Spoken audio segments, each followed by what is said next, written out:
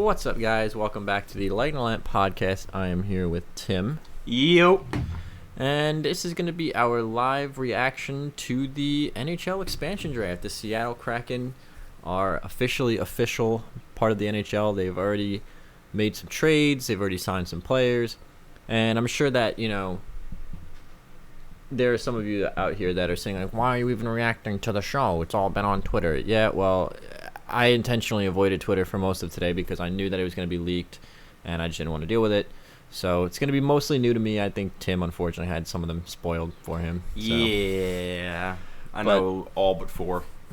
But we're going to get into it as soon as the event starts. But before the event starts, Tim and I wanted to just do some NHL news, and it's been a very good week as far as hockey is concerned. Over the last 2 weeks, actually, since we've last heard from us. This is our first podcast, actually, of the 2021-22 season, so welcome to Season 3. But, I just want to start with, I think, perhaps some of the bigger news. Pekka Rinne has announced his official retirement from the National Hockey League.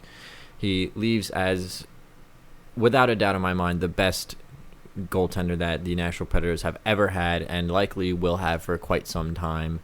Unfortunately, was never able to catch that ring, but he leaves. I'm pretty sure he leads all-time wins and all the important stats for the Nashville Predators. So, another one of these goalies where unfortunately they're leaving before they ever got that cup. It just seems like we're seeing that more and more recently. With some of the bigger names retiring. Like, years ago, obviously it was.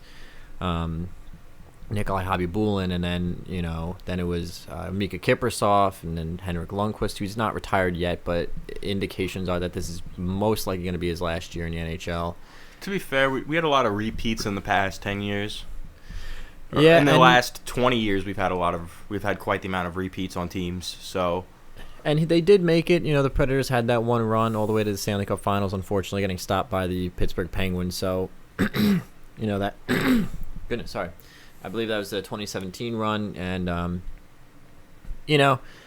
obviously Pekka Rinne means a lot to the game, specifically I think in Nashville. I think he's played a huge role as to the popularity of the sport in Tennessee, and, that I don't think that can be overstated because I'm not entirely sure without Pekka Rinne that the Nashville Predators would have grown to be as big of a market as they are. If he wasn't there making those teams competitive and making those teams fun to watch and bringing them on some playoff runs, I'm not really entirely sure that the game would have grown as much as it did in Nashville. So I think Pekka Rinne, when we were in middle school, made that team special. Yeah, and he really brought that team up at a time when they were not all that great. I don't know if you remember. I believe it was our.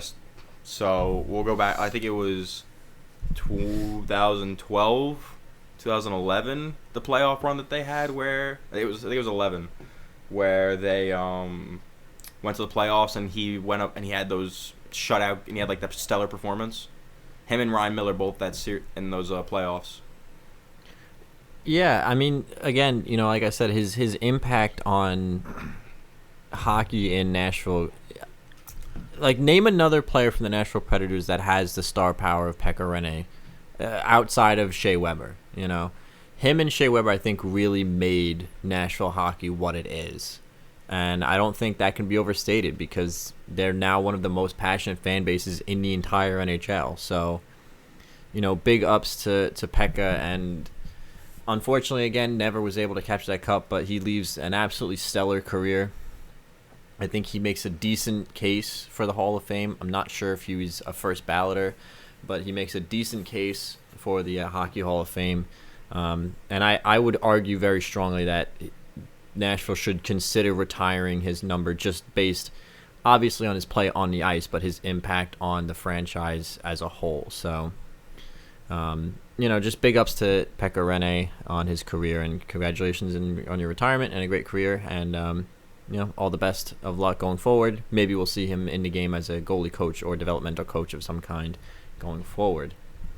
Another piece of NHL news that I think is equally as important to talk about is Luke, I hope I'm saying his last name right, Prokop, I believe, or Prokop, I believe it's Prokop, has become the first NHL affiliated player at any level to come out as openly gay, and he did that last week on the 19th, not last week, a couple days ago. And I think that this is really, really big news for the game. I think it's important. It's very important for the sport.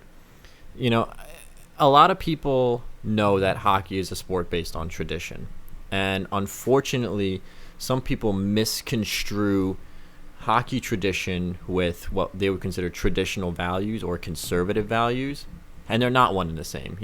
Hockey tradition has nothing to do with traditional quote-unquote family values, but some people think that way. And 10,000%. I was so happy to see the comments on the Nashville Predators Facebook and Twitter page about this announcement, because it seemed like they just embraced this guy. Like, I honestly was expecting to see my fair share of guys saying, well, just stick to hockey or just stick to sports. Why do I care about? And, there was guys keep it to yourself. It doesn't matter why you even bringing it right. up. Like, there were certainly comments like that, but the overwhelming majority, especially, no offense to anybody in this area, but, Tennessee is a southern state, and I was expecting to see a lot more hate than he got, and just the fact that Nashville Predators fans were just opening their hearts to this guy, and every team in the NHL made some sort of post, and the majority of the comments I saw on most of the posts were overwhelmingly positive. And I think that it's just so nice to see that stereotype of, when football fans kind of got a bad rap for the Colin Kaepernick situation. It seems like hockey fans are really trying to do their best to fight and overturn that kind of image. What in your mind, what does this mean for hockey just in general, not specifically, just the NHL, but just hockey in general, to have our first openly gay NHL affiliated player?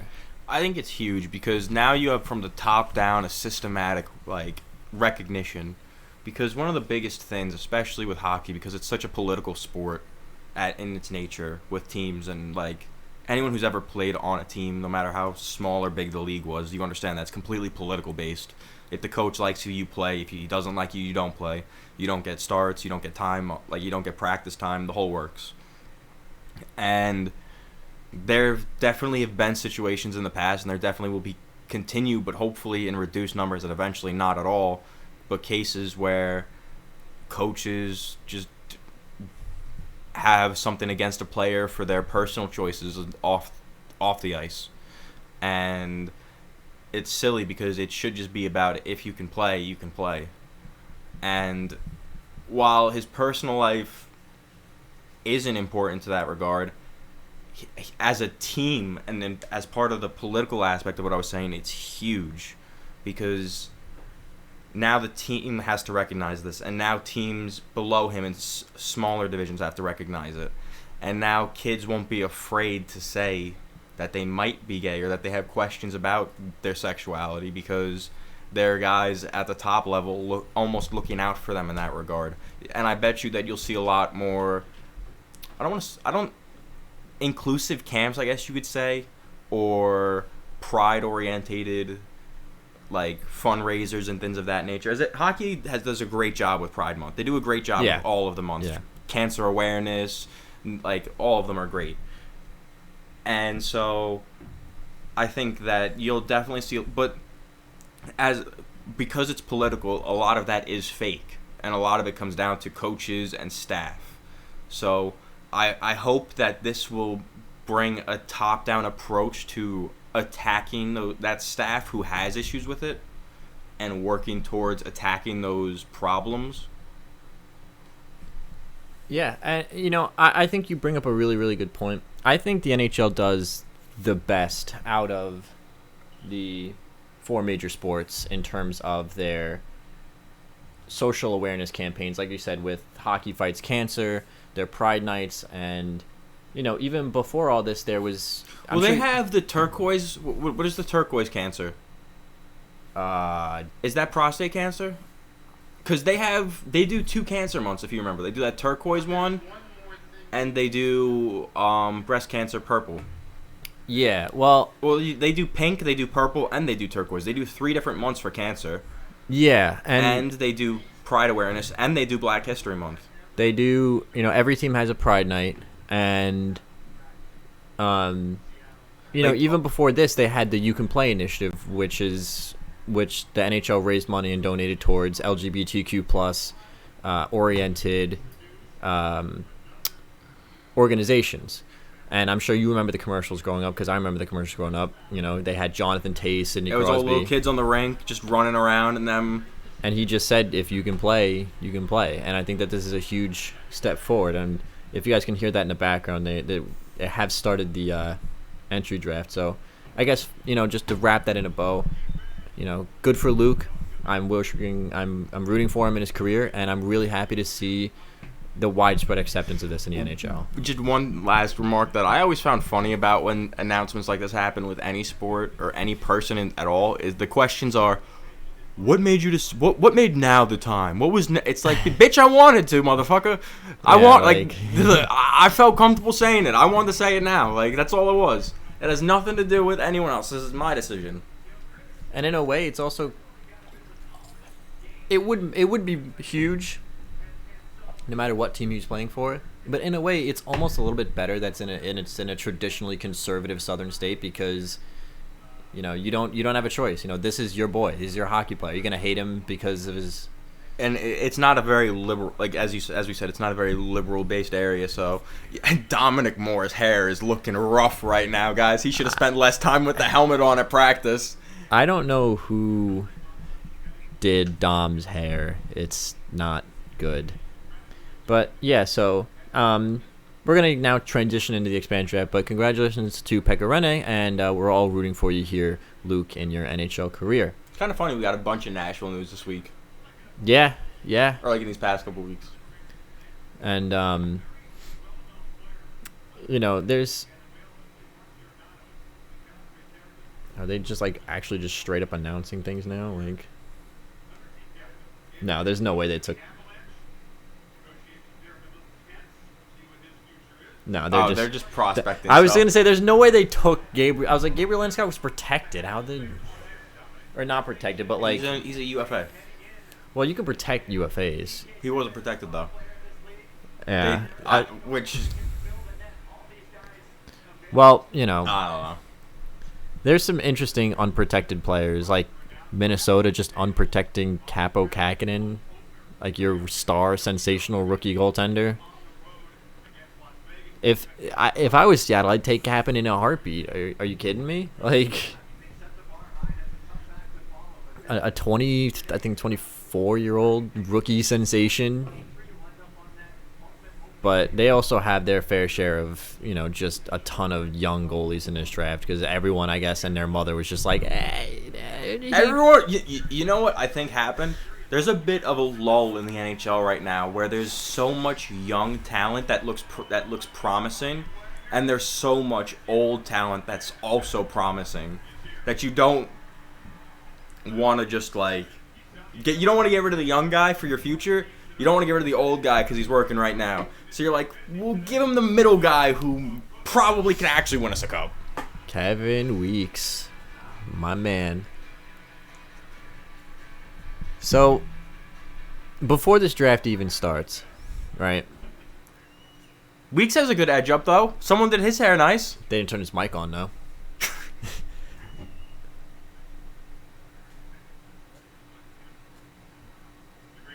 There we go. Kevin Weeks just literally spoke for 20 seconds, and Mike wasn't even on. Nobody heard him. That's brutal. It looks like the mouth mic is just too far off his face. I'm excited for Seattle. I think I'm more excited for Seattle than I was for Vegas, just because to me it's a more traditional hockey market, and that's nothing against the Vegas Golden Knights, but I think adding this team is really going to add a nice balance to that Western Conference in terms of adding some rivalries and whatnot. You're going to see the Seattle-Vancouver, Pacific Coast Highway rivalry develop, hopefully. And you might see Seattle and San Jose form a rivalry because they're not too far off each other. I'm not really sure if they'll form much of a rivalry with Anaheim or LA, but there's some geographic rivalries that can really be established here that I'm really excited for that we didn't really see that much with Vegas, where it just kind of seemed like Vegas was... His mic's not on either. Can somebody turn the mics on? Like, his mic is definitely close enough to his face too. They're just doing a... Can somebody turn Ron Francis's mic on? Like, you know what it was? They said, all right, we have $625 million. We're going to spend it all on the players and not get any actual production cast. It's like he's literally your GM. It's Ronnie Franchise. You're going to have his mic turned off? I think that Seattle's in a very good position to succeed, too. I mean, having Ron Francis as your general manager right off the hop puts you in such a position to succeed. Again, not that there was anything wrong with George McPhee and his approach to Vegas, because, I mean, clearly it worked. They have a perennial Stanley Cup playoff team. They went to the finals in their first year. So George McPhee's approach clearly worked. But I think Ron Francis kind of sets you up more for sustainable success. It's just because, let's be honest here, when this Vegas core ages out, the rebuild is going to be painful. They've traded away like all their prospects, all their young players. Let's not forget that Vegas had some players by the name of, Nick Suzuki on their franchise, who they then traded away.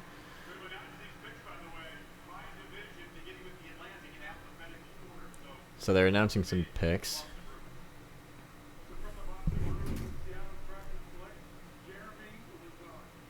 Jeremy Lauzon goes to the Seattle Kraken from the Boston Bruins. I think that's a great one. He's a nice young defenseman, honestly, and I thought he played great in the playoffs. He was such a pain in the Islanders' side that whole playoff run, because when McAvoy, you expect McAvoy, you're getting out of Charlie McAvoy, but for him, his shot blocking machine, he's 24 years old, is a fantastic pickup for the Seattle Kraken, in my opinion.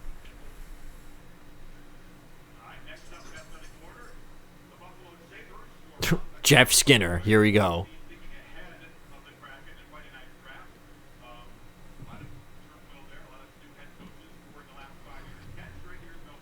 They're just like talking shit about the Buffalo Sabres now.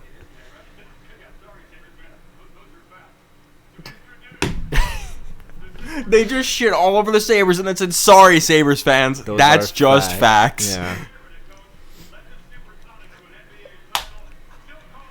They got to be taking somebody significant from Buffalo to have this guy walk out. Like, you don't just bring on a guest to announce like we're taking some fourth line bendy plug that nobody cares about. Oh, he's a Seattle Sonics player. That's cool. Seattle obviously at one point did have an NHL team, the Metropolitans, the first U.S.-based team to win the Stanley Cup, although they weren't in the NHL at the time.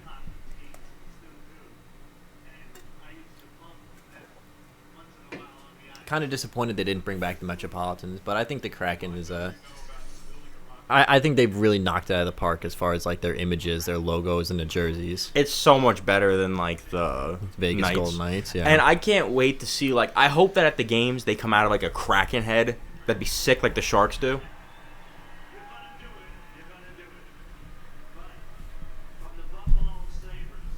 If they take Jeff Skinner, I swear to God.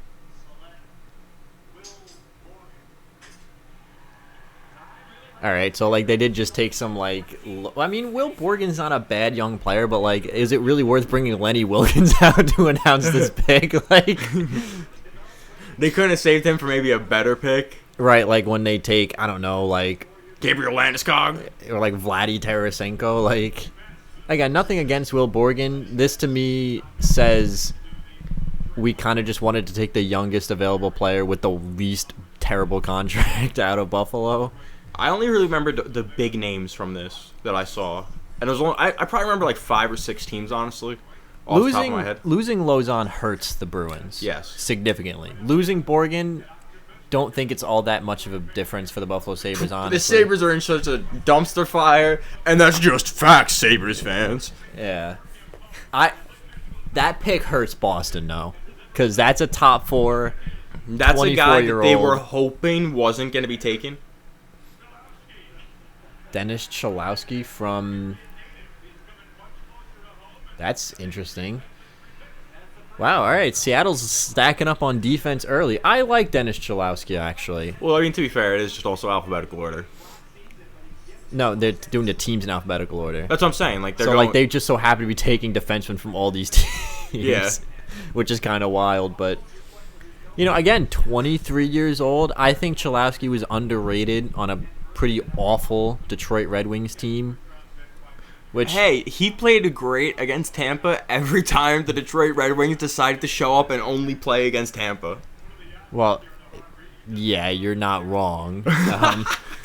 They really threw their draft pick numbers by not just tanking the Tampa games.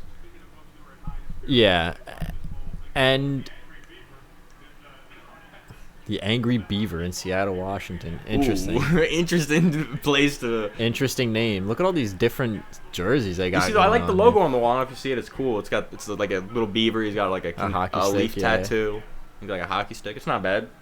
I wonder if Seattle Kraken fans are going to try to throw fish on the ice during the playoffs like the Red Wings fans do. Mm-mm. They throw actual krakens. It's like, where did you get this? It has like a mythological creature and throw it on the ice. This like 18-foot squid is on the ice. You know what I think like a lot of places should do is when you see the hat trick coming, like the stands and the concessions should be selling like a prop meant for a hat trick. But I know a lot of places don't like that they do the celebrations. Well, It's a hassle for the stadium. A hat trick is different, right? Like the squid only comes out in Detroit during the playoffs. Yeah. Such same thing as the catfish in Nashville and the rats in Florida. I'm saying, but even for something like that, like a playoff game, I think a little Kraken plushie would be awesome. Some teams actually do, like teddy bear tosses where they donate all the toys to like local children's hospitals. Boston does that a lot because they do it with the Bears.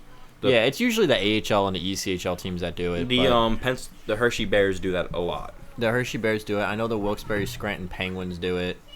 It could be interesting for sure to have something like that. I'm going to mute this commercial because what the fuck am I listening to? So far, obviously, we're only 3 picks in, but I think that Seattle taking Lozon is significant, and I wonder what the Bruins are going to do because that's a 24-year-old top 4 defenseman who just walked off their team for free. And they're in kind of a weird spot, right? Like we've been talking about the last couple of years. Like we're saying the issue this playoffs was their defense. And, we're saying it over and over again, like, hey, this core is not getting any younger, And it sure as hell isn't getting any younger now that you just took the 24-year-old away. Rask, if he doesn't sign in Boston, he says he's retiring. So, there's a decision to be made there. Bergeron, Marchand, Krejci, these guys are all pushing 34, 35. I wonder if... So, they were alluding to Mark Giordano earlier. So, just on the topic of him, I wonder if he goes to Seattle, how long he'll be there for. He's what, 39 or something like that right now? To me, I think he's around 39 or 40.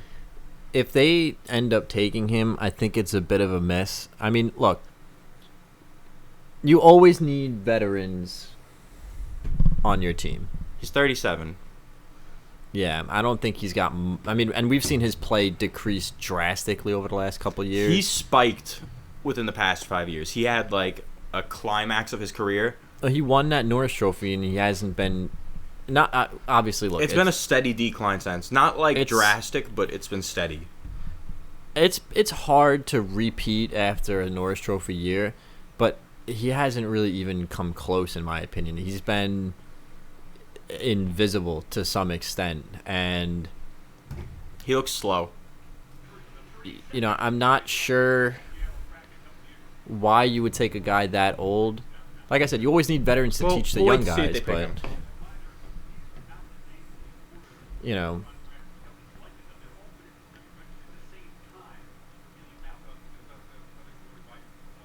Why? Oh, they're doing the Atlantic Division first, so they're not going to do the Pacific for a while, I don't think. we're gonna do it in alphabetical order, guys. By division. I'm sitting here like Florida is not the next team on this. I was gonna say, like, they kind of skipped a few letters, like all the C's. Now, this is a fantastic pick for the Seattle Kraken, and this hurts Florida. This was the big pick, and so it's Chris Driedger we're talking about goes to the Seattle Kraken. Hey, he's even there. This hurts, and this hurts because why didn't they bring the supersonic guy out for the Driedger pick? I don't know why they didn't bring Lenny Wilkins out for this, but okay, let's put it this way. Florida has two great goalies. You know, you still got Bob and Spencer Knight. And Spencer Knight's 21 years old. Kid's ice. Fantastic. It just sucks to lose a goalie like Driedger for nothing. That's a rough one, I think. Especially when Driedger was the Panthers for a lot of this past season. You know, the kid's 27. I think he played almost half the starts this past season for the Panthers. Yeah. Like some 18, 19 starts. He was fantastic, and you know, I don't think their issues in the playoffs were his fault at all. But regular season, he was great, and this is a great pickup for the Seattle Kraken. I'm kind of surprised. This is a young franchise goalie. I'm kind of surprised that nobody else in the NHL tried to lowball the Panthers just to get them to trade him for something. That to me is a little surprising.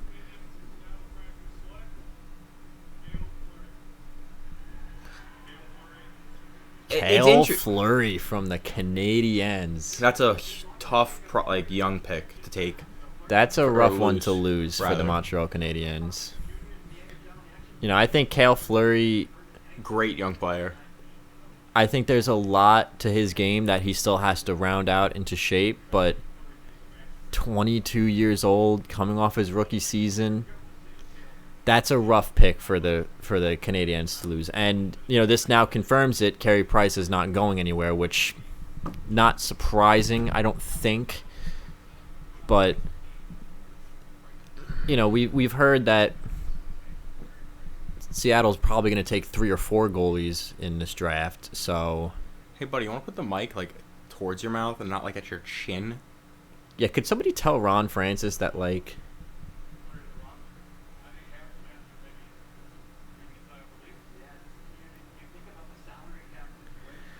yeah, I mean, yes, you don't want to lose Price, but would it really be the worst thing to get rid of those 5 years? I think no. If they could have,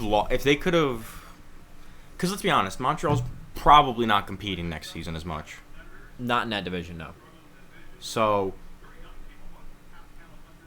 I think losing Price would have been. You see, they lose Price, they go for Driedger. Wouldn't have been the worst thing in the world. Who is this? I don't know. You know, look, obviously if you're the Canadiens, you don't want to lose a guy like Carey Price because he's your team. He's your franchise. He's one of the biggest names you've ever had. You don't want to lose him for nothing. Oh, it's Macklemore. He's from Seattle. It makes sense. That does not.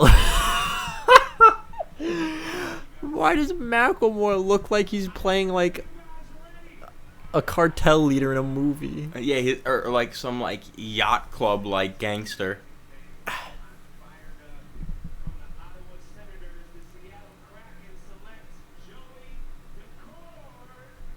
Joey Dackard goes to the Seattle Kraken. Bro, you can't even say his name right. I was gonna say, I've always had an issue with every announcement show like this. It's did they not give you the card before you went up there? Did they also not tell you how to say his name? To be fair, they probably didn't give him the card before he went up there. Because if you looked at him, he was reading it as he was speaking. So I think this is a pretty good pickup, honestly. I think, I anticipate that they'll probably take another NHL ready-ish goalie. Not that Joey Dackard's not NHL ready, but I imagine that he will probably end up being a third option with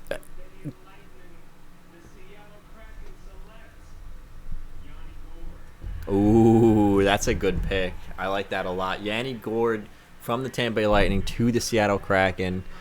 I mean, it was possible. It was him or what, Killorn, that were going. And then Killorn kind of just was like being a little baby back bitch about the whole thing. Yeah. Yanni Gourde, a perfect third line player for the Seattle Kraken. Honestly, Second liner for this team. I was going to say might get some second line time, but he's the kind of guy that you need on an expansion team because he's a meat and potatoes hockey player. You know what you're going to get, and for some of the younger guys they might be bringing on, he's the perfect role model. He has and they just showed it 4+ seasons with the Tampa Bay Lightning. So he's a Stanley Cup back-to-back Stanley Cup champion. He brings that winning mentality, and he's young enough to be like have a lot of vitality left in him. Yeah, but mature enough at like 29 that he's going to bring that adult experience to those young guys. Exactly, and you always need a guy like that who. And this is what I'm saying about Mark Giordano before. You want veteran presence, you want leadership, but a guy like Gourde can stay on your team for 6 years and teach the entire next generation, whereas a guy like Giordano is probably not going to be on your squad for more than a year, 2 years at most, if he tries to play into his 40s. So I like the Yanni Gourde pick from all around. Perfect third-line utility player. Probably might play on the second line here.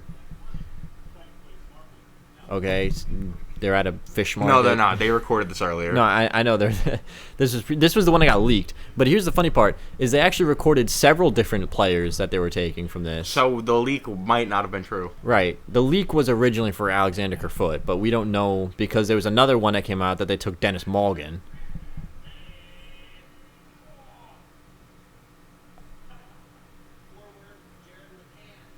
Or Jared McCann. All right. I'm kind of surprised that they didn't take Kerfoot. So am I, but I don't think McCann is a bad pick either. I think he's a great player. You know what sucks for the Leafs, though? Is like Jared McCann's the kind of player that they need. Like that simple, straight, up and down the rink hockey player. The reason I'm kind of surprised they didn't take Kerfoot is for the center.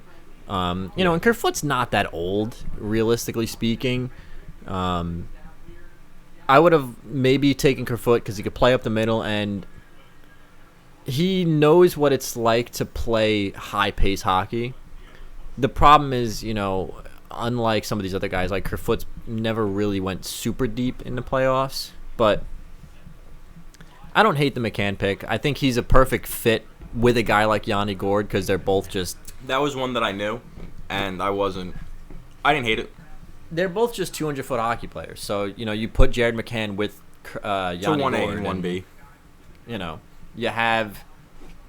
Honestly, if you can throw together a center on that third line, let's if they end up playing on a third line, like that's probably one of the best third lines in the entire National Hockey League. So they're gonna repeat a Vegas Golden Knights. I think they have a really good shot to make the playoffs, even having before seeing all this roster, just because the division is going to be so bad, which is what the Vegas Golden Knights took advantage of. Because, look.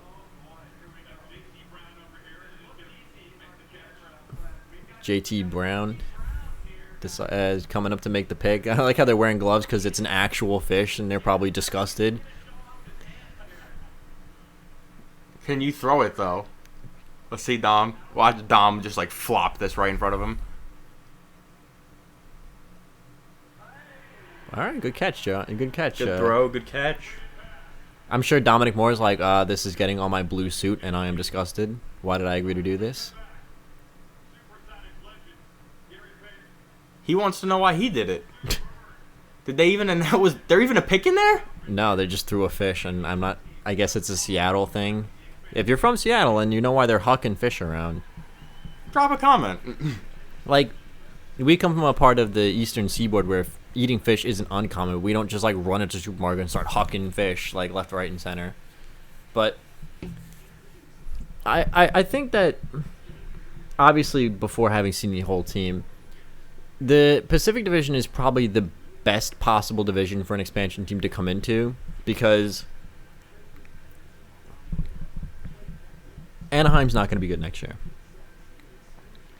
LA, unless they actually commit to this plan that they're been hinting at, which is going balls to the wall and like acquiring all these big name players for one final shot with Drew Doughty and Jonathan Quick, they probably won't be that good next year either. Because let's be honest here, Dustin Brown is not going to be on pace for 40 goals. It's not happening. The only reason he did that this past year was because of Kopitar. Yeah. And Kopitar could once again have a huge season. He's just that good.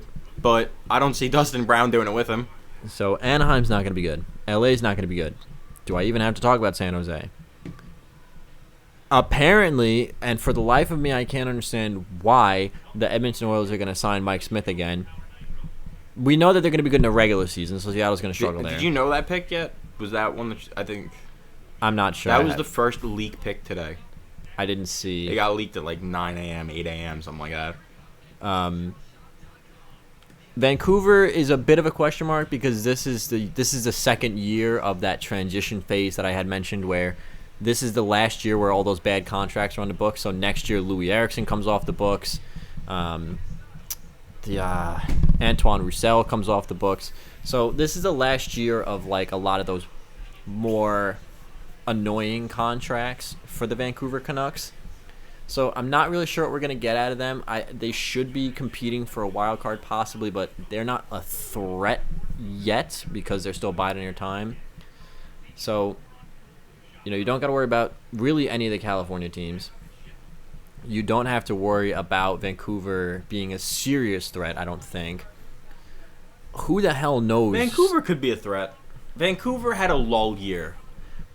We said that they might bounce they're gonna back be next better. Year, and they're going to be better. I don't think they're going to be competing for the top of the division now, is what I'm saying. Probably not. But to be fair, like the Seattle Kraken should be able to hang with the Vancouver Canucks. Every year that we've said the Vancouver Canucks weren't going to be at the top of the division, they somehow wound up at the top of the division. Well, I mean, I'm not really sure what you're referring to. They have last 2 years, the only 2 years they made the playoffs in the last 5 years, I think. They missed all 3 times before that. I mean, if you're talking about 2019, then yeah, but they were also a play-in team that year. Like, they had to play the Wild in the qualifying round. I don't know. I think that Vancouver will be competing for a playoff spot. To me, they're very much in the same team as like the Rangers were the last 2 years, where they're going to be playing meaningful hockey late into the season, and it's either going to fall one way or the other. They'll either snag that wild card or fall out. The whole team played bad over there this season, though, is why I say next year, they really could just bounce back and completely turn around. It wasn't just one gear that was off. The whole team underperformed. Yeah, it's true. Did he just say Carolina Panthers? He's probably talking about... I just don't think the Canucks are going to be competing for the top of the division or anything. My point is that a team like Seattle should be able to hang with them. Yeah. The only team that Seattle in this division really has to worry about is regular season Edmonton Oilers and the Vegas Golden Knights. They should be able to compete with every other team in the division. As opposed to if they were in the Metro, where they would be having to face teams like the Islanders, the Penguins, the Capitals, a theoretically, in theory, better Flyers team, which obviously they made a huge trade, which we will be discussing at the draft deadline. We're going to talk more about the trades that happened, like the Ryan Ellis trade. Or imagine if they were in the Atlantic, where you have to play the Tampa Bay Lightning and the Boston Bruins.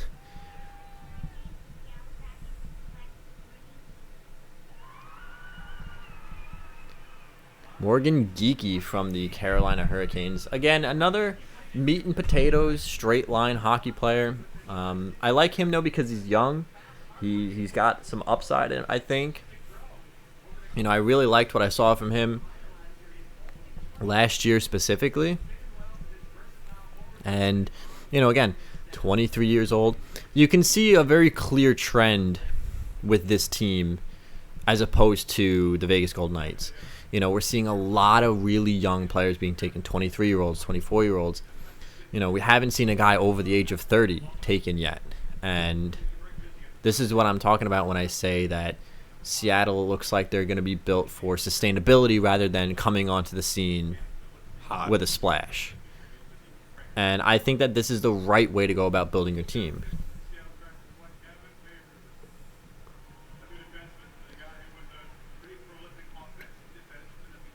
Gavin Bayreuther, gotta be honest with you, I'm really not very familiar with him.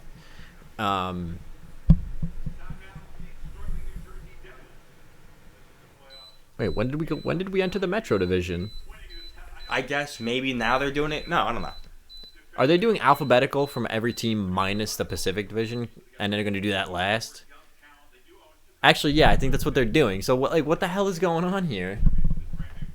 But wait, no, because they didn't pick anyone from Chicago. I don't know what. I have no clue what's happening. To be fair, the only 4 picks that weren't locked in going to this were Chicago, Anaheim, Detroit, and the Rangers.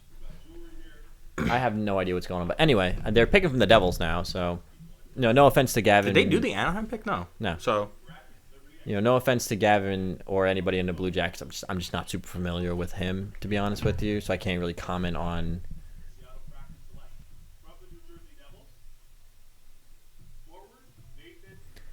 That's interesting. That's interesting because. Do you want to know why that's really interesting? Because PK Subban was there. I think we're seeing them avoid any of these really, really big bad contracts. Or not bad contracts necessarily, but I think they're just avoiding any of these big contracts. But so here's why that's interesting. 6'4", 205 at 23 years old. That's a big boy right there. And I'm pretty sure, isn't Nathan Bastian one of the players that Arizona traded to the Devils for Taylor Hall? I'm pretty sure. I don't remember.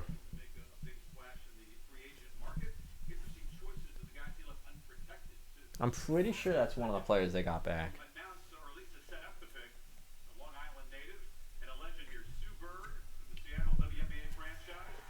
Sue Bird? Here comes the pick from the Islanders. Who are they going to rob from my team? You might be a little upset, buddy.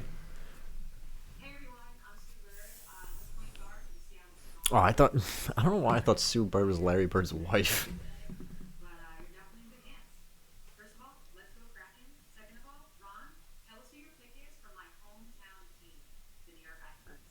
I'll pick Leo Komarov. No.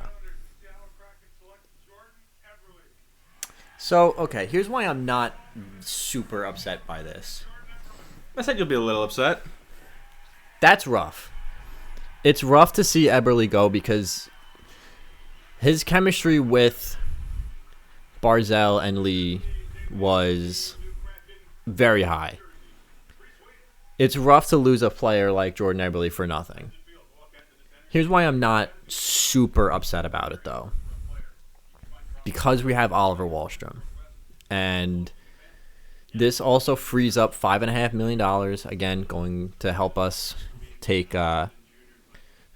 re-sign some of our players. I think this is a good pick for Seattle because, again, Jordan Eberle specifically with the Islanders is a player who has been to back-to-back Eastern Conference Finals. And he's one of those guys that knows what it takes to win, now having been on several competitive Islanders teams. He's also a player that's rounded out his defensive game a little bit.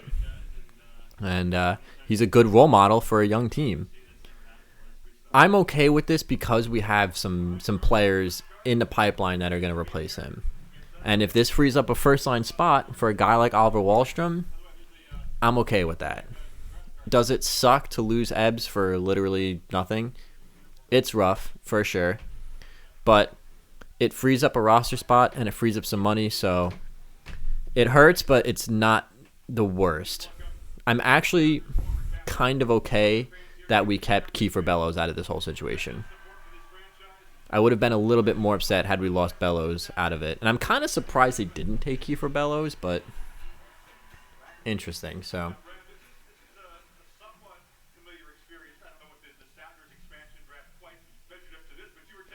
I'm okay with it. Kind of hurts, but at the end of the day, it's not an irreplaceable loss, I don't think.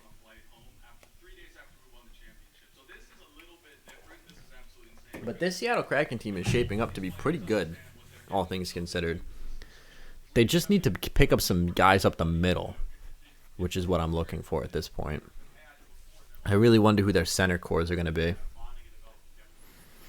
Because they've taken, obviously you have Dreger, he's going to be starting in net. And, you've got some veterans now, Yanni Gourde, Jordan Eberle. I wonder who's going to be up the pipe. I just think not taking Subban was silly.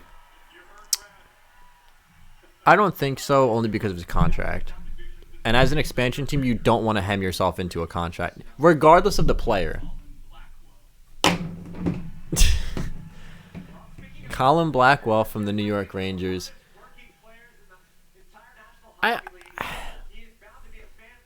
You see, so I saw rumors, though, that this pick was meant to be coincided with another pick that you don't know yet. And it was going to be a possible trade involved. I'm kind of surprised they went with Colin Blackwell, considering... I'm not. Yeah, okay. He plays with anyone. He plays well with anyone. He was playing on the first line power play, but he played well all season with all three. He went through the whole lineup. I think he's had one good season, and I'm kind of surprised that Seattle wouldn't take a look at some of the other guys that were on that list. Especially, again, considering he's not a center. So, I saw the list, by the way. Anaheim's at the bottom of the list for some reason. So maybe the Pacific Division's last. Again... as I said, there's supposedly a trade that might be in the works with the Blackwell pick and another pick from another team. So I don't know any... It kind of does make sense when you look at the kind of team that they've built so far. You can see a very clear pattern. They're following the Golden Knights prospective pool in some regard, in that they're going for 200-foot grindy players. I think the Seattle Knights took more of a talent approach, especially when taking guys like William Karlsson and Riley Smith. But I think we're seeing a clear pattern of straight line, meat and potatoes kind of hockey players being taken by Seattle, which, again, to me, this is much more of a traditional looking roster for an expansion team. And having seen some of the players they've taken so far... How did the Senators go before the Rangers? I don't know. I think they're doing it alphabetical by division, because they did the Atlantic first, and then they did the... No, because they didn't do the Toronto Maple Leafs yet. Oh, no, they did. Yeah, they took Jerry McCann. Yeah, so they did the Atlantic first, and now they're on to the Metro. And I guess after that will be the Central. Which... I'm kind of surprised to see them take Joey Decord and not... Because that leads me to believe that they might not actually take Capo Kapanen, which I think would be kind of a mistake. I think not taking a talent like that when he's available for free. Again, no offense to Joey Dackard, but I mean, Kapanen just has more of a higher ceiling, I think. And, of course, Dackard was playing on the Ottawa Senators in the highest scoring division last year, so his numbers were a little bit skewed, to say the least. But, I mean, to see Capo Kapanen be on the board, I have to believe that he would have been their first look on that team. Can you imagine like a 28-year-old Dreger and a 24-year-old Kapanen? That'd be the tandem that they'd want. But I don't know. It's shaping up quite interestingly thus far. I think the only real player that they've taken that is a pure talent player, and he's not really even a pure talented player anymore. He was when the Islanders got him, but I think Eberle's really the only one I would consider like a pure talent. But even like I said, he's learned to play in the defensive zone under Barry Trotz, because I mean, you quite honestly don't have a choice. But it's been very intriguing so far. And the rough thing for the Rangers about that Blackwell pick, by the way, is that he's exactly the kind of player that the Rangers should be adding this offseason, in my opinion. Kind of that straight, not fancy 200-foot hockey player. I anticipate that there will be some signings from the Rangers. I mean, they already traded for Barclay Goodrow, right? So they've already made an effort to get tougher in this offseason. I'm very interested to see the rest of these picks because I want to know if this Rangers situation is actually what I think it is. Imagine like a shark or something came and just started like they're probably in like a bay or something, but like it'd be a little interesting if why would that guy wear like an $110 NHL hockey jersey on a friggin' kayak? I get nervous wearing my hockey jersey to like the store, and this guy's out here on wearing a jersey in a friggin' kayak in the middle of the bay. I mean, it's probably disgusting wearing it in that weather. Yeah, it looks hot. You can see like the heat ripples. I mean, it's always humid in Seattle too. That's the other issue. Saying, like you can see the heat ripples and like let's look up the weather in Seattle just because I want to flame this guy just another second or two. All right, Kevin Weeks is now on top of the Space Needle. He's really teleporting around. Yeah, bro. He sprinted from that fish market and just ran up the stairs. Well, considering he was originally at the event, yeah, and then he went to the fish market. It's 72 degrees there right now. That's not bad, but what's the humidity? 44% humidity. Yeah, that's the thing that's gonna get you. That's rough. It's not that rough, but like it's.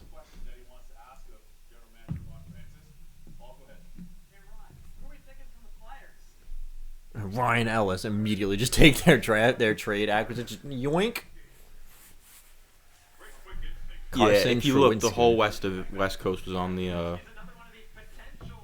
Another young guy, 23 years. I mean, these guys are just low. And you know what's really crazy about this?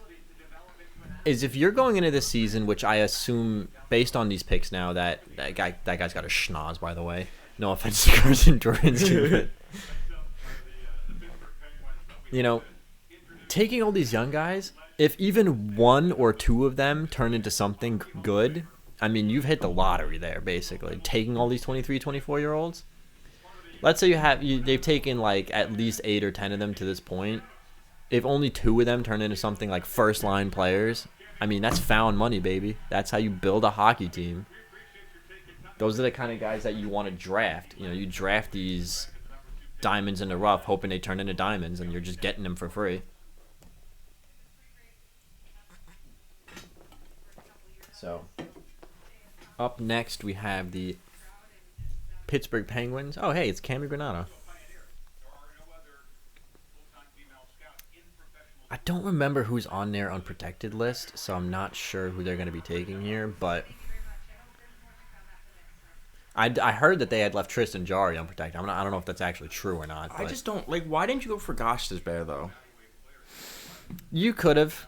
I think again, it seems to me that they're very cautiously avoiding long-term contracts. Even Jordan Eberle, I think, is only on the books for another 2 years. Wasn't JVR also unprotected though? Yeah. JVR is the superstar that you might have needed, honestly. That's a solid one. Brandon Tanev is... And that's kind of a big hit to Pittsburgh.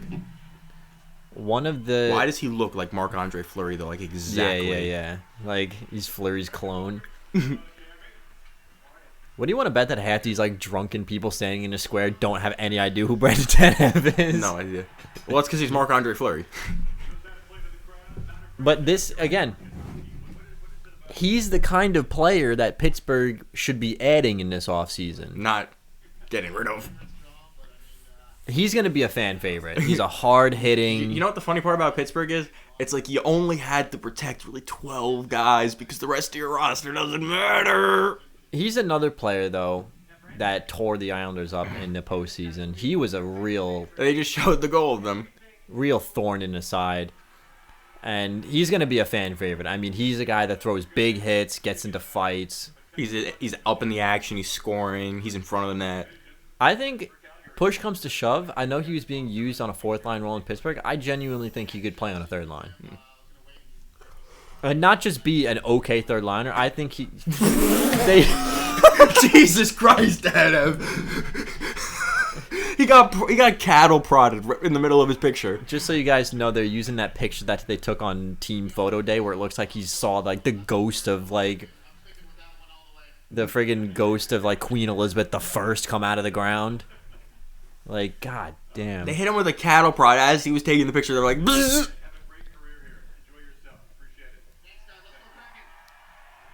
Let's get Kraken, more like it. It would have. You know what? I want someone to say that and crack a beer on the stage. There'd be nothing more NHL than that. I think we're up to Washington now. Washington had some really interesting. This is a really good pick. Why is he This is a great pick. Such a good pick, actually. What is Washington doing? You can protect two goalies. You protect Samsonov and Vanacek. What? Why is he unprotected? He's 25. And he's good. I mean, this is... Obviously, this is big for the Kraken. I mean, look, yeah, in Washington... This is... So, well, now you know they're not taking Kapanen because this is their third goalie. Well, I don't understand. Like, why would you take Dackard when you have Kapanen on the map? This is why, though. Well, yeah. This is their goalie duo. Yeah, I mean, it makes sense, but... Who they really should have went for from this team was Carl Hagelin. Or Dylan, the defenseman. So, okay, here's the situation, right? I think they go for them, and then they take Kapanen. I think that would have been a better option. If you're the Washington Capitals, right? Obviously, you have Samsonov, who is the guy of the future. That's what you said, and this... Now you don't have a choice. But... Or actually, you know what? Maybe they couldn't have protected him, because... Isn't it you only protect one goalie? I think, yeah, you protect one goalie. So I guess they didn't really have a choice. They protected... So their protections were Backstrom, Oshie, Kuznetsov, Wilson, Mantha, Eller, and Sprong on offense. Their defensive protections were Orlov, Carlson, and Trevor Van Riemsdyk, and then the goaltender pick was Samsonov. Yeah, so you can only protect one goalie. So I was think wrong they about should have that, went for either the defenseman Dylan or Carl Hagelin. Again, another goalie that I'm kind of surprised we didn't...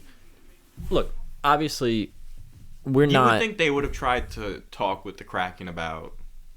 We're not, like, privy to the insides and outsides of NHL teams and what decisions they were making during this whole situation. But we didn't even hear any rumors at all of Vanacek being shopped. And I'm very surprised because... I'm not surprised that they didn't go to the Kraken and say, hey, I'll give you some picks to not take him. Because from what I understand, the price that Seattle was asking to not take certain players was like 3 picks. As opposed to the Vegas Golden Knights who were just taking like a pick and like a prospect to not take players, right? Which I think is the better way to go about it, but the Kraken were hardballing. Which I respect because they're like, listen, if you got a guy that we want, I'm taking him. And there still could be one... We don't know why those teams are at the bottom right now. Outside, unless it's for dramatic reasons. But those teams could be at the bottom because there's possible trades or picks involved or something of that nature. Well, we know they're doing it alphabetical by division, so I guess they just wanted to save the Pacific Division for last. Because they did the Atlantic first, then they did the Metro. They just finished the Metro, and now they're probably going to do the Central, I would have to imagine. So, I'm kind of surprised that we didn't hear any rumors of Vanacek being shopped at all.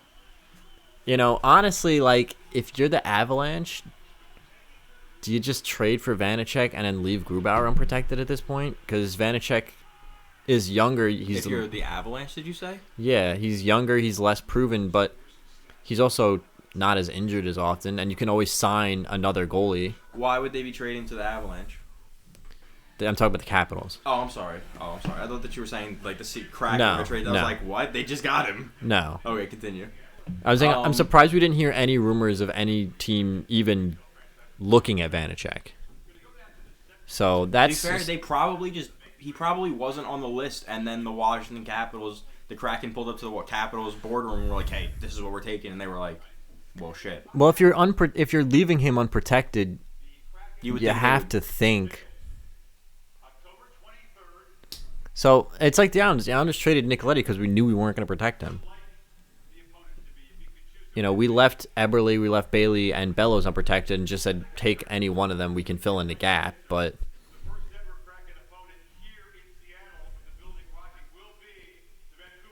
yeah, we've known that for like a month. I don't know why this is news. Like, everyone's like, yeah, the Canucks. Like, yeah, we knew that you guys were going to play the Canucks in your first game. So, like, congrats on being 1-0. But, like, I don't understand what the point is. This is what I'm saying I'm excited about, the geographic rivalry between them and the Canucks, though. That's really exciting to me. It puts a team near the Canucks, considering they're kind of just... out in the middle of nowhere. Yeah. And, like, they didn't really have any true... Like, they had somewhat of a rivalry with the Sharks for a little bit. They had kind of a rivalry with the Bruins, but they didn't play the Bruins enough to really build a rivalry. And they didn't really have competitive team. Like, they played the Sharks a lot, but it was never a true rivalry, you know? The Sharks' rivalry was with the Kings and the Ducks. It kind of felt like the Canucks-Sharks rivalry really only mattered in the playoffs. And that's just because it felt like it was just a playoff match more than a rivalry. Whereas it seems... 7 weeks? How are you everywhere? He's in a construction outfit now, but he just, you know... He's teleporting. Which, by the way, props to the Seattle Kraken for building Climate Pledge Arena in as sustainable a manner as they've managed to build it. I think that's a great example for the rest of the NHL.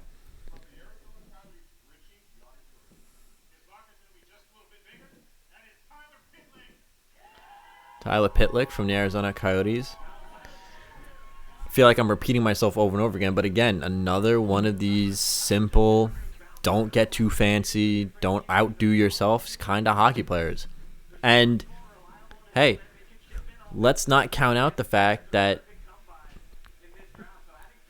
over the last couple of years, we've seen teams that aren't typically quote-unquote talented do well. I mean, Montreal is not a high-talent team. The Islanders are not a high-talent team. We're seeing we're seeing an era of grindy teams coming back. The Blues, even in 2019, weren't the most talented team in the world. Not by any means. They had some talent, for sure. They were physically gifted, if anything, not talented. Like, they had some talent in players like Tarasenko, and, I mean, there's no doubt that Pietrangelo is also talented, but a lot of their bigger stars were like Ryan O'Reilly, just like nose to the grindstone type hockey players. So, hey. Let's see what they're doing now.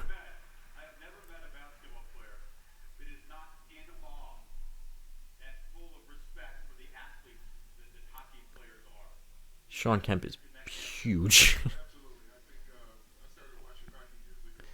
You know, and not to talk over Sean Kemp or anything, but like,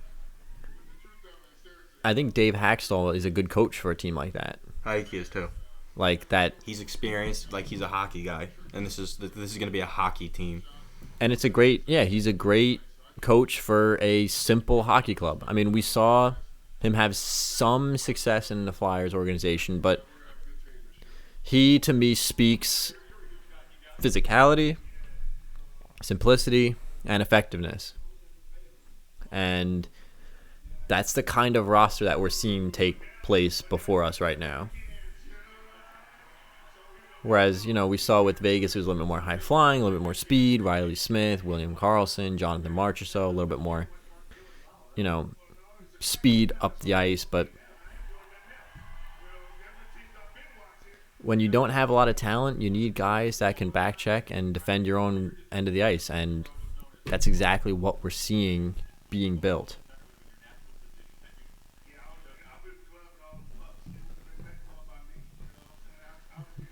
The Kraken are just discussing some things with more Sonics players.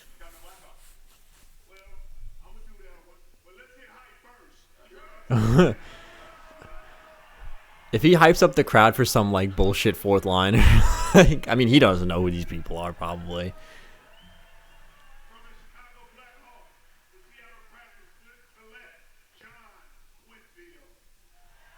John Quinfield. Or Quenville. Sorry. That's interesting because he's a bit of a reclamation project, I think. I think he's one of these players that kind of came in. Second cousin of head coach Joel Quenville. Oh, all right, we're getting an Avalanche pick. I'll get back to John Quenville in a second here. Apparently, we're just going full force into the Avs. Jonas Donskoy? He said Jonas Dinskoy. Can we please tell the people that are announcing? Because they look dumb now. You know what I'm saying? Like, don't do that to these people. To be fair, half the crowd has no idea what the name is anyway. This is a good pick. I love Jonas Donskoy. I think he's one of the most underrated players in the NHL. So I think it's a good pick, but the question is, they just didn't want Landeskog. The thing is, when you pick a player like him, you have to assume he's going to sign, and let's be honest here. What are the odds Gabriel Landeskog is signing with an expansion team? I don't think it's very high.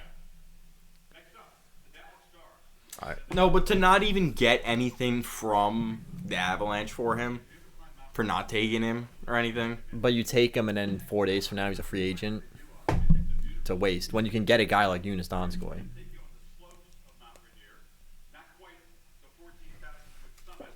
I think that's a fantastic pick. To be fair, we don't know what the Landeskog talks were because... Well, here's the thing. We understand that... Because if he's going to walk, then I'd be baffled that they didn't even go for him. But if he wasn't... What I'm saying is, like, why would you draft him in the expansion draft if he's hell-bent on getting to free agency? Well, that's what I'm saying. Like, if he plans on... But like I said, it depends on whatever his situation was. He's in a weird place right now. Ooh, the big rig. That hurts Dallas a lot. Alexiak is a good player. He's going to be a fan favorite, too, because he puts asses on the ice every time he steps onto the rink. Missing his front teeth and everything. That's what we like to see. That hurts Dallas. I'm interested to see where Dallas goes from this, because that's a top 4,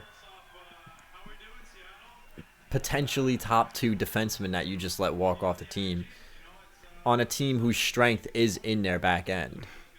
His mouth is just so messed up, bro. His lip is like... Bro, he eats pucks, bro. his lip is like 6 inches on his like other half of it. This man wakes up in the morning, sits at his breakfast table, and puts a bowl of hockey pucks in front of him. And you know what? He doesn't leave until he eats every single one of those. He only eats Cookie Crisp because all he does is eat the biscuits. He sits down, and he eats Captain Crunch until the roof of his mouth is literally bleeding into his gum line. He's like, all right, I'm ready for practice. With no milk. Raw Captain Crunch. Just to practice getting hit in the face. Bro, you eat one bowl of Captain Crunch, the roof of your mouth feels like it went through the Battle of Fallujah. Like, I don't know about all this, but You've never sat down and ate a bowl of Captain Crunch and been like, fuck. Like, the roof of my mouth is all cut up. That's rough for Dallas, though. I'm interested to see if they try to replace him or if they decide to funnel that money into the forward core. I mean, you know, you have Klingberg, you have Heiskanen. They just said he's the heaviest player in the NHL. Which is ridiculous when you consider that Chara is still a player. I mean, yeah. But you know who's not a player? He's Big Buff, because like, he would have been the heaviest player. Cause, like, how does he weigh more than Pat Maroon? I want the stat.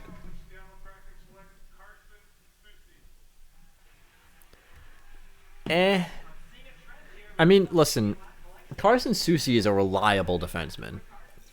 I think that he's a very reliable defenseman. Like we said earlier, though, I think when you go back and go through the picks, why wouldn't you take Dylan or Hagelin and then take Kapanen? Like, that matchup is just so much better than this one, in my opinion. And here's the thing, right?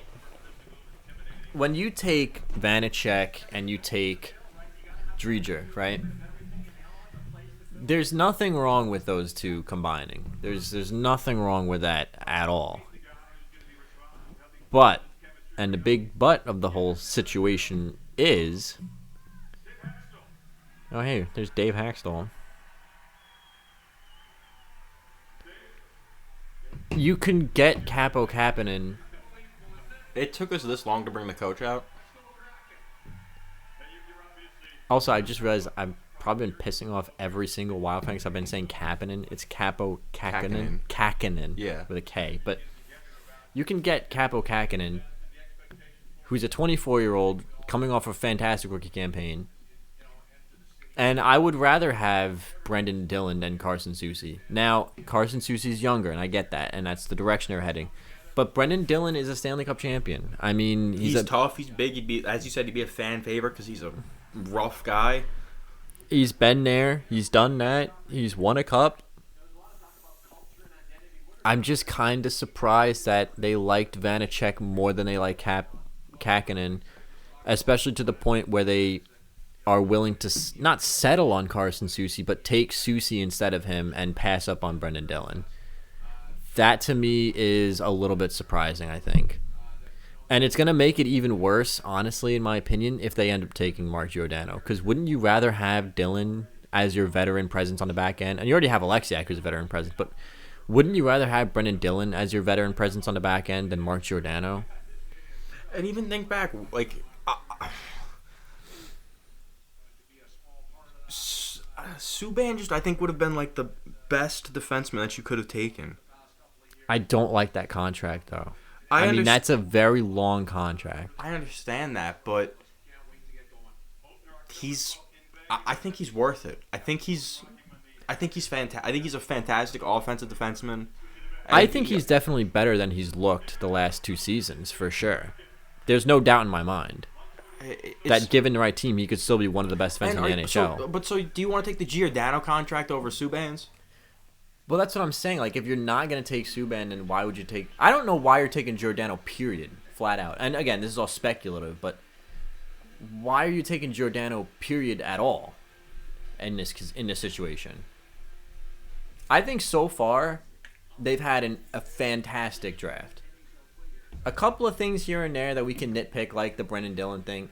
Ultimately, that is kind of somewhat of a nitpick because Carson Soucy is younger. We're like arguing 1As and 1Bs, but that's Subban and Giordano. Like all of that is a little ridiculous. If they take Giordano, then I think not taking Subban would be kind of a mistake.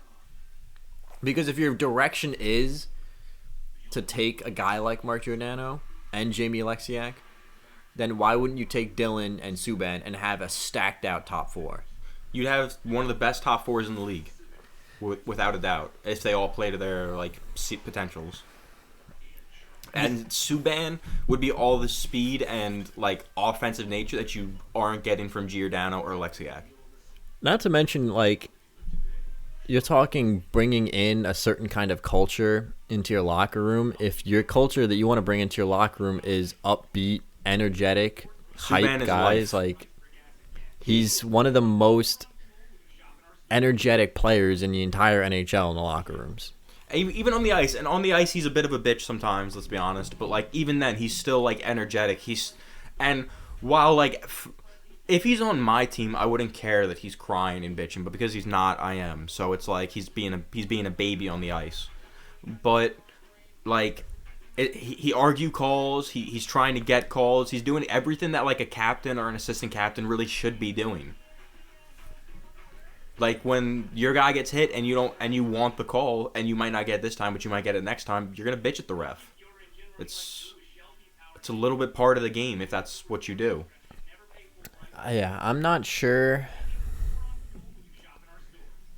I'm not really sure, again, we have to wait until they make those picks, but out of the 30, I will be disappointed if they stray from their game plan to take a guy like Giordano. We've seen like 24 picks or so, something like that, so far. A little bit less because we're halfway through the Central. We're missing.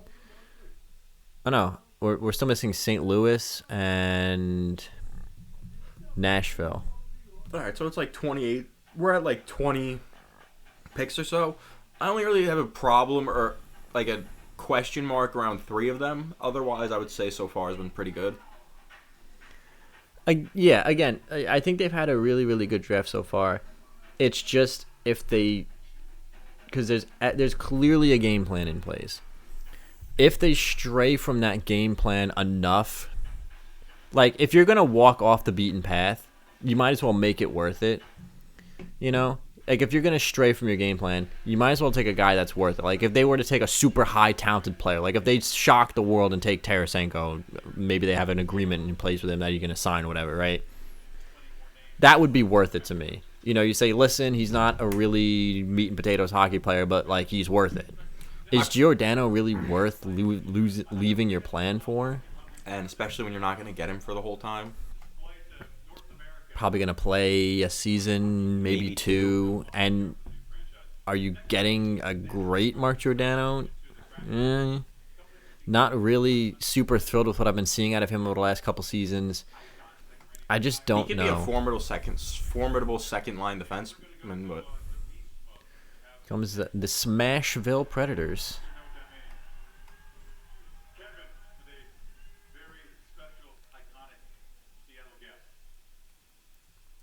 Yo, he's at the park now?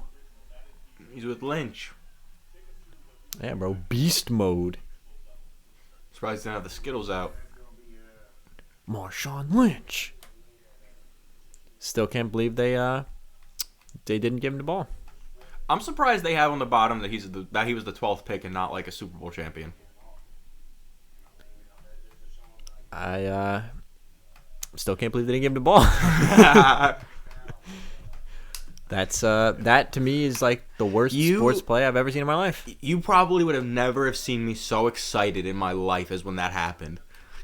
I went into my room and I watched the whole third and fourth quarter by myself. I came out of my room for that play. I sat down. I was like, they're going to lose. It's all over. And my dad was like,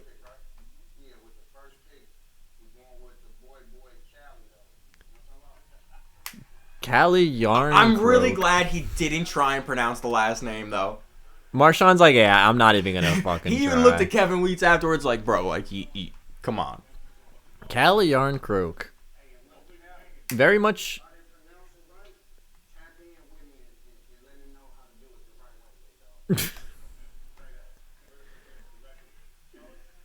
Very much in the same vein as like a Eunice Donskoy to me. Very much a similar type of player. Very much a Nashville Predators type player.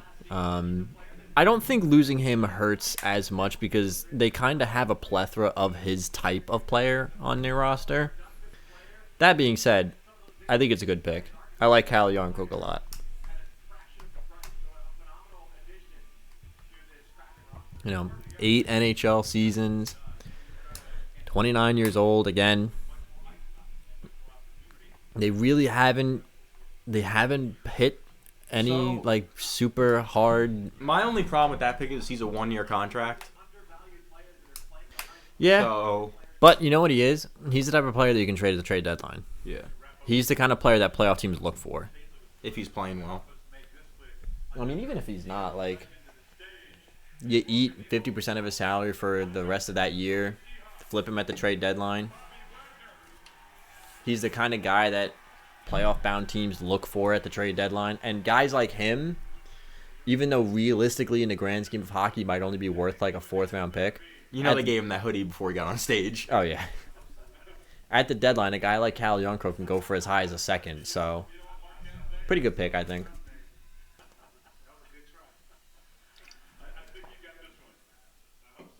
He's talking about the name.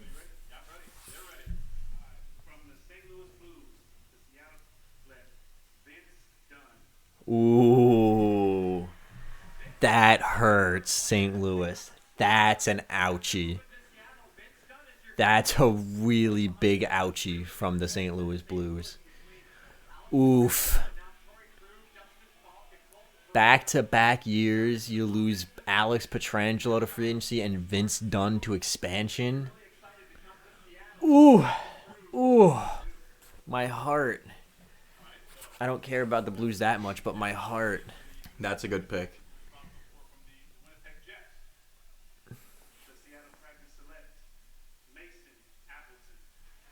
All right, another third, fourth line type player. Nothing too crazy. Very much apparently in the mold of what a Seattle Kraken is going to look like. But let's go back to that St. Louis pick. What do they do? Do you just replace him in free agency at this point with maybe a veteran because you're trying to? I mean, let's be honest here. They're in Stanley Cup mode, right? The St. Louis Blues theoretically should be competing for a Stanley Cup, but we saw just how much one departure hurt them. Well, you know who is entering the market is Keith Yandle is entering the market for free agency. Keith Yandle, Tyson Barrie. Yeah, so they can replace the offense that Vince Dunn brings. Yeah, they're pointing out how garbage the Pacific Division is. Thank you. I already knew this, but 5 of the top 9 picks belong to a team in the Pacific Division, so yikes. Not great, Paul. Not great, Bob. How do we think about the division next year? Not great, Bob. It's okay. So that sucks for St. Louis. Like, we saw just how much one defenseman leaving hurts them. Now, in the last 2 years, they've lost 2 of their top 4. And Tarasenko is up in the air right now. Apparently, he wants to get traded. What do you do about Binnington? Because he was incredibly average and a kind of a pissy, whiny baby last year. Like, kind of rough. All of a sudden, St. Louis goes from Stanley Cup contender to now I'm sitting here like, are they even going to make the playoffs in that division? I mean, I still think yes.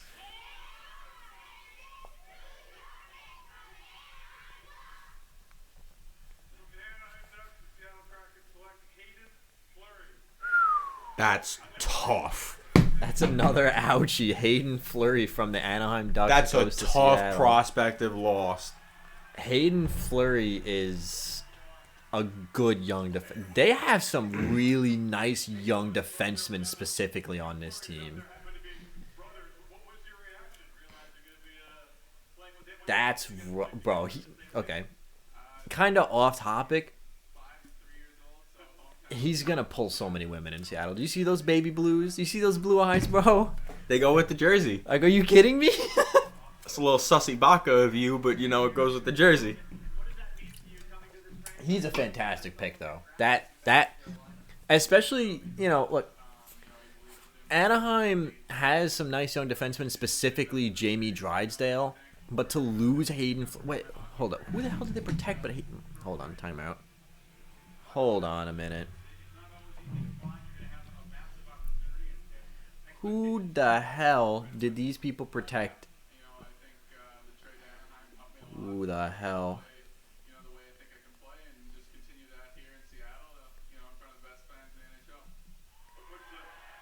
Okay, yeah, I get it. They protected Cam Fowler, Hampus Lindholm, and Josh Manson. I get it. I understand that. This is tough. But why would you not protect Fleury instead of Manson? Manson's 29. Fleury's 23. And you need to rebuild. Anaheim, you are not competing, dude. I don't care. Even if you trade for Jack Eichel, you're not winning a Stanley Cup. It's not happening. So, for everyone who's listening, I just want you to know Rob's hair has gotten increasingly more fucked up as we've gone through this because he's really having a tough time with some of these past few picks. Because we've heard them being in the market for Jack Eichel. You're not competing for a Stanley Cup. Let's be honest. You add Jack Eichel to that team, can that team beat the Tampa Bay Lightning? No. Can that team beat the New York Islanders? No. Can that team even beat, the Washington Capitals? I don't think so. So why are you protecting Josh Manson and not Hayden Fleury? I don't understand. What is it going to take for the Anaheim Ducks to realize that they're done? Their window is closed. Does Ryan Getzlaf have to literally fall off the top of a building in Anaheim and break both of his legs for them to be like, you know what? Maybe the window's closed. Maybe we should just consider giving up. God, I get protecting Fowler and Lindholm because they have a lot of trade value, but really? Manson instead of Fleury? Like I said, there's a question mark on this next pick. Oh my God, I just don't get it. I don't understand. And I'll tell you what that is in a sec after they say it. Ay. Oh, Anaheim, what are you doing? This is not the wave. Ugh. I mean, Seattle is loaded on good young defensemen now. I mean, this is kind of getting a little ridiculous with how good and young their defensive core is at this point. Now imagine if you had a one PK Subban leading this defensive core. I'm mad for Anaheim Ducks fans right now. I really am. Because just teams no. that have had it the toughest have been easily in the past few picks between St. Louis, Anaheim, and Dallas. Kind of got robbed. Because, wait, who is the third defenseman that Dallas protected then? Well, what was Heiskanen's contract after he signed it? What did that make him? Heiskanen, Klingberg, and Lindell. All right, yeah. You know what? Fair enough. I can't really argue with any of those. Yeah. That's just rough, though. And I guess Dallas is going to have to find a way to trade away Ben Bishop because, what do you do now? You're not getting rid of Hudobin after what he's done for you, and are you really going to tell Jake Ottinger to be like, hey, go play in the AHL again? Because, we need Ben Bishop's broken bones and glass, you know. No. Especially after Ottinger played so well last season in front of that crappy team. Yeah, who couldn't score a goal to save their entire life somehow. Yeah, so... And that team was getting smacked by Nashville all year. That team lost to Detroit 3 out of 4 games in 1 week. You want to know how I know? Because I had 3 Dallas Stars in my fantasy team. I had Ben. At one point, I had Ben. I had Heiskanen. And at one point, I had Hudobin. And they kept losing to the Red Wings. Yeah. They're going to have to trade away Ben Bishop. I mean, there's no chance, right? There's no choice. There's absolutely no chance that you can run 3 goalies next year. And you can't afford to keep Ben Bishop on the team. Unless Ottinger's willing to go back to the AHL, which would be crazy. Ridiculous. I wouldn't even ask him. I would LTIR Ben Bishop and send him. I would send Bishop down to the minors before I send Ottinger down to the minors. Send the Stanley Cup champion goalie down to the minors. He's not a champion. Oh. You're right. He played in 1 finals with the Lightning. Yeah. He didn't even play in the finals last year because he blew out his knees. So he wasn't even healthy for their run last year. All right, Kevin Weeks in a hospital now, just not wearing a mask for some reason. Why isn't the actual spokesperson for the Kraken doing this? What's his name? JT, isn't it? It's not JT Miller. It's what's his name? JT Brown. JT Brown. Because Kevin Weeks, I guess, is the ESPN guy. I'm saying they didn't. I haven't seen him once. Where's he been? JT Brown caught the fish. Oh yeah, that's right. He did catch the fish. Oh, okay. So they had him catch a fish, and he didn't even do a pick. Now we got a family to help take care of our new hockey team, the Seattle Kraken. The woman just does not care. She could not possibly care any less. These people are all doctors and not sports fans. I think he cares. She doesn't care at all. He's just trying to sell it. Also, I can't see who you take. Can you turn the glare down on the card? I can't see the player. Why? Why? Okay, so do you want to know why this might have been? The Calgary Flames took Mark Giordano. Why? So I've been waiting to talk about this whole time because So, the rumors right now are that the Rangers are going to trade for Giordano if they get Eichel and send Strome to the Kraken. Why? You don't need offense. Apparently, they want to trade for Mark Giordano and Jack Eichel in like a three-way trade where the Kraken retain half of Giordano's contract for Strome.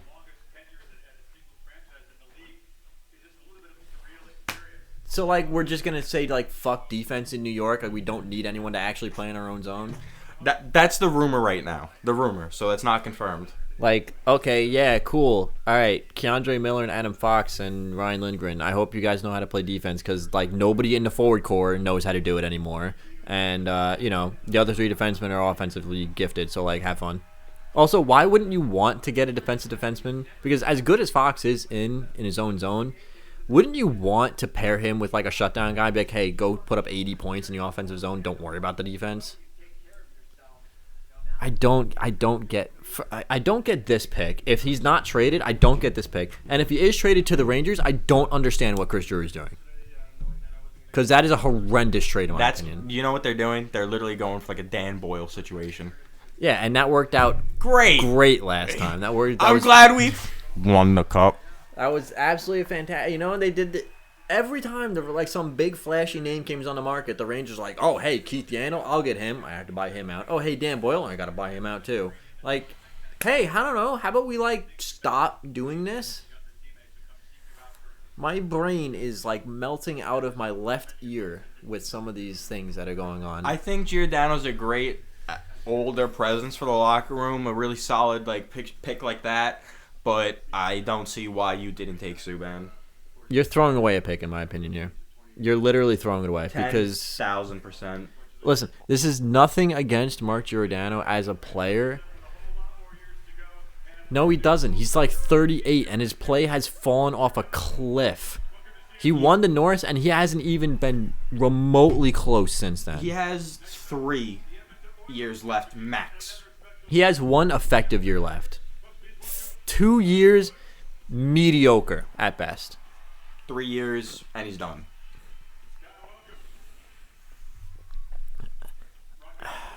I don't know. I'm not thrilled.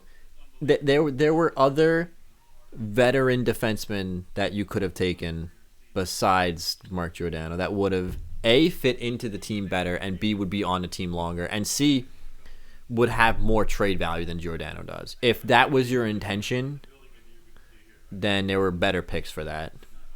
That, to me, is the first real blunder of this draft, is that pick. Connor McDavid. It's like, what? No, this pick isn't bad. Okay. The only issue I have with it is his contract's a little steep.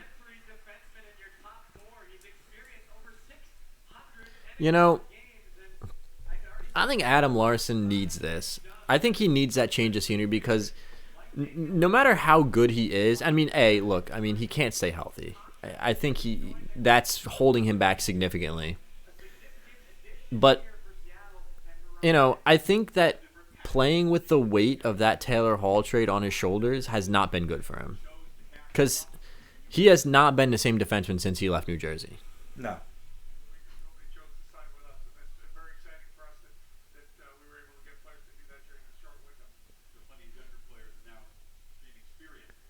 'Up next, what, LA? Apparently not. Apparently they want to trade for Jack Eichel.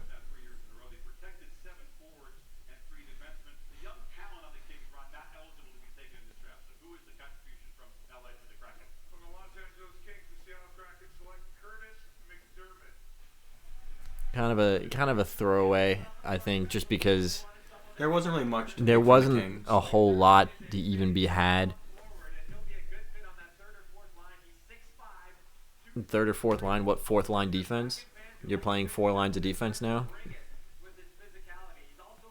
Yeah, they're going to run 4D, like 3.5 forwards. Why not? I mean, look, that size is nice, 6'5", 233. He's not old by any stretch of imagination. He's 27. They have a lot of big defensemen, though, also. You can probably, honestly, I imagine that he'll be flipped at the trade deadline. I think that he'll probably go to a team that needs some defensive depth. I'm saying, like, there's not much speed in that defensive core, though. I think outside of Fleury, you're probably right. Fleury can bring it, but even Vince Dunn's like a little bit on the slower end. But if you want to shelter some of your younger players, that's how you do it. You build a big defensive core because you're like, hey, we have a bunch of really young, talented forwards. If you hit any of them, I'm going to put your head through the fucking glass. Apparently he's at an aquarium now. If this is some bum throwaway pick for all this nonsense, like, why are they making these picks like the bum throwaway picks where they're sending Kevin Weeks, like, all the way out in the middle of nowhere?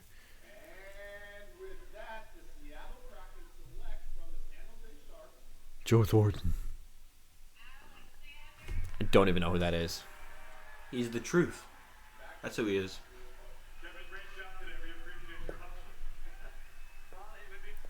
Again, no offense to San Jose, I don't know who this kid is.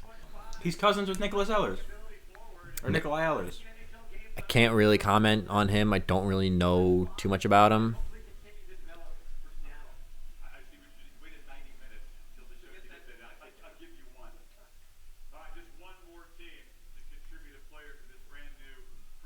He's a Vancouver Canucks.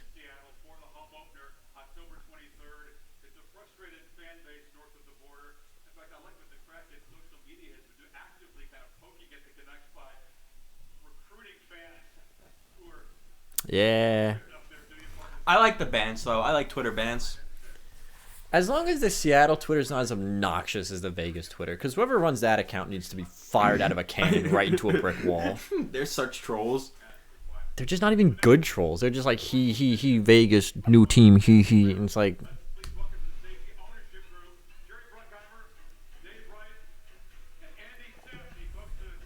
So, this will be the final pick, and then we'll kind of give our final thoughts before we wrap up. And then, again, keep in mind, Friday, we will be doing a live reaction to the top 10 draft picks where Seattle has the second overall pick. So, another chance to add some young talent to this already pretty talented, or not talented, but like a lot of potential in these picks. I'm really liking the way that this has gone for them so far.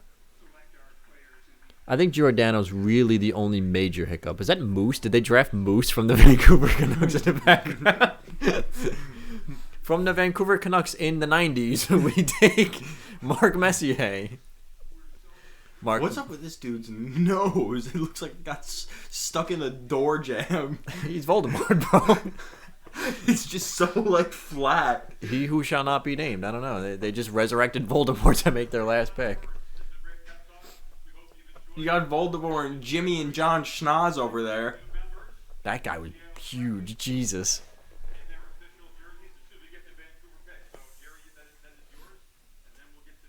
There's Ebbs.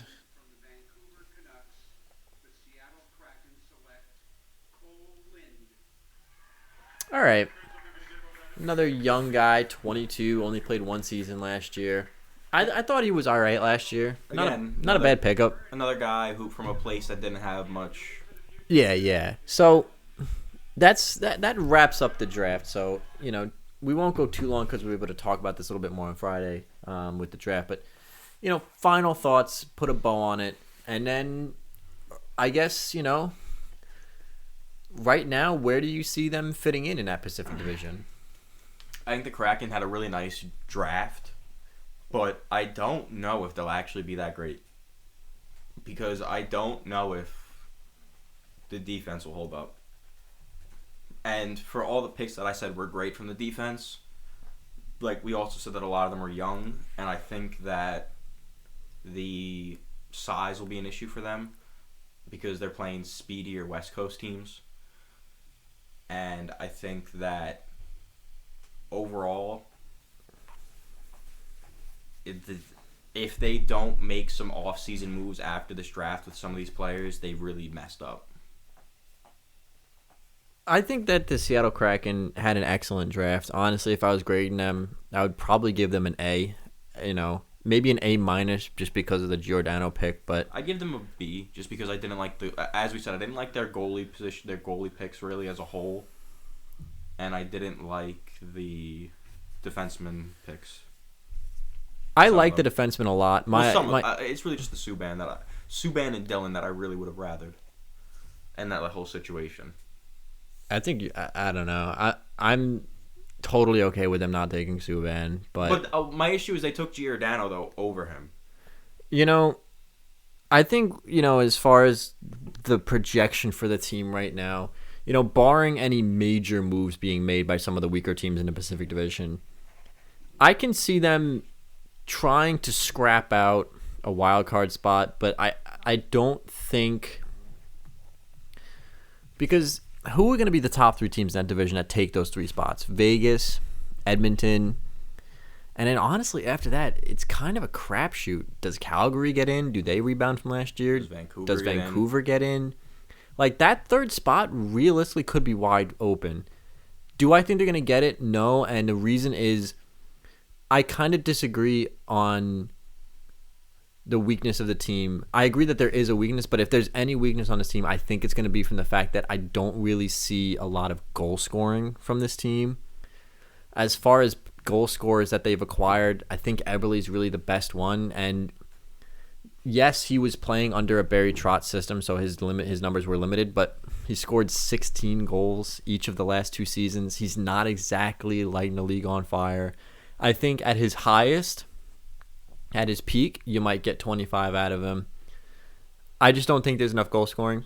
I think the rest of the roster is not bad. I would have liked to have seen a big name go for that. I would have liked to have seen them taking a bigger name somewhere. I think that they're going to be okay.